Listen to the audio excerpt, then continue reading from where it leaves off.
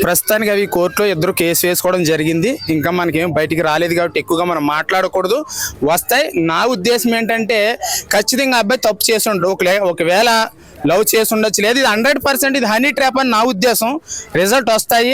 చేసేటువంటి తప్పులు చేసేటువంటి ఫ్యామిలీ అయితే కాదు, ధర్మం కోసం దేశం కోసం పనిచేసే పార్టీ నాయకుడు కొడుకు. వాళ్ళు ముందు ఫ్యామిలీ సరిగ్గా ఉంటారు. నెక్స్ట్ ప్రజలను కూడా మంచి మార్గంలో నడిపించేటువంటి కుటుంబం అది. కావాలని బురద జల్లాలే, ఇది ఎలాగైనా సరే తొక్కాలి. వీళ్ళు బీజేపీలో తెలంగాణలో ముందుకు వెళ్ళిపోతున్నారు. ఇప్పుడు చేసిన తప్పులు చాలా కనబడుతున్నాయి కదా మన తెలంగాణలో. కాంగ్రెస్ చేసిన పొరపాట్లు ప్రజలే చూశారు. ప్రజలు రోడ్డు ఎక్కి గోల పెట్టారు. ఇల్లు కానీ లేకపోతే ఇంకా అపార్ట్మెంట్లను కూల్చేశారు కదా. ఇది ఎలాగైనా కప్పిపుచ్చుకోవడానికి బీజేపీ పార్టీ మీద బురద జల్లాలని చెప్పేసి అని ఇది లవ్ చేసుకున్నట్టు చేసుకోవచ్చు. మనుషులన్నాక లవ్ చేసుకుంటారు, ప్రేమించుకుంటారు, వాళ్ళిద్దరి మీద ఉండొచ్చు. కానీ ఇది కాంట్రవర్సీ ఖచ్చితంగా చేశారు అంటే బీజేపీ పార్టీని తొక్కాలని, ఇది వ్యక్తిగత విషయాన్ని తీసుకొచ్చి పార్టీ మీద బురద జల్లుతున్నారు. జల్లే వాళ్ళు ఎవరైతే ఉన్నారో వాళ్ళ తప్పులు ఖచ్చితంగా బయటపడితే వాళ్ళే భూస్థాపితం అయిపోతారు. ఖచ్చితంగా అబ్బాయి చాలా చెడు. ఇది అని ట్రాప్ 100%. కోర్టుకి కేసు వేశారు కాబట్టి అది బయటకు వస్తుంది, రిలీజ్ అవుతాయి. అవి మీడియా మిత్రులు కూడా అలా తెలియజేస్తాం. ఇదేంటంటే కావాలని చేస్తున్న పని ఇది. మరి కొన్ని ఫోటోలు వీడియోలు బయటకు వస్తున్నాయి కదా. ఒకవేళ లవ్ చేసుకొచ్చాము, ప్రేమించుకోవచ్చు కదా. ఇప్పుడు రాజకీయ నాయకులు ప్రేమించకూడదని ఉందా?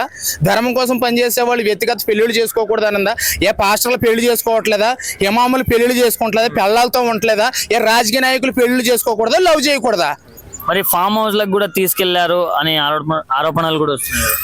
పక్కన ఫ్రెండ్స్ ఉంటారు, బర్త్డే పార్టీస్ అంటారు, రమ్మంటారు, రాకపోతే ఒప్పుకోరు, తప్పక వెళ్ళాలి, ఫ్రెండ్షిప్ పోతుందని ఆ విషయాల్లో ఫోటోలు తీసి బయటకు పబ్లిసిటీ చేసి బ్యాడ్ చేయొచ్చేమో కదా. అలాగే ఎందుకు అనుకోకూడదు? తానే తప్పు చేశాడు, తానే తాగేశాడు అని ఎందుకు చెప్తారు?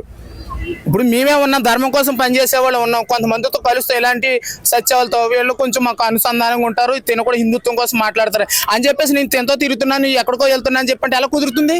కుదరదు కదా, అదంతా తప్పది. మరి రేవంత్ రెడ్డి గారు కూడా ఇంత లేట్ ఎందుకు చేశారు? దీనిపైన తొందరగా స్పందించాలి కదా. స్పెషల్ టీం ని కూడా పెట్టారంట కదా, దాని గురించి తొందరగా ఎందుకు స్పందించట్లేదంటే నిజాలు ఏంటనేది కూడా వాళ్ళు తెలుసుకుని వాళ్ళు కూడా ఆలోచించుకుని స్పందిస్తారు కదా. రాజకీయం కదా, రాజకీయ నాయకుల వ్యక్తిత్వం కదా ఇది.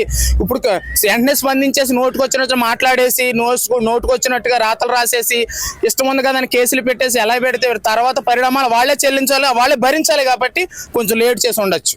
ఫైనల్ గా నిర్దోషి అంటారా, దోషి అంటారా?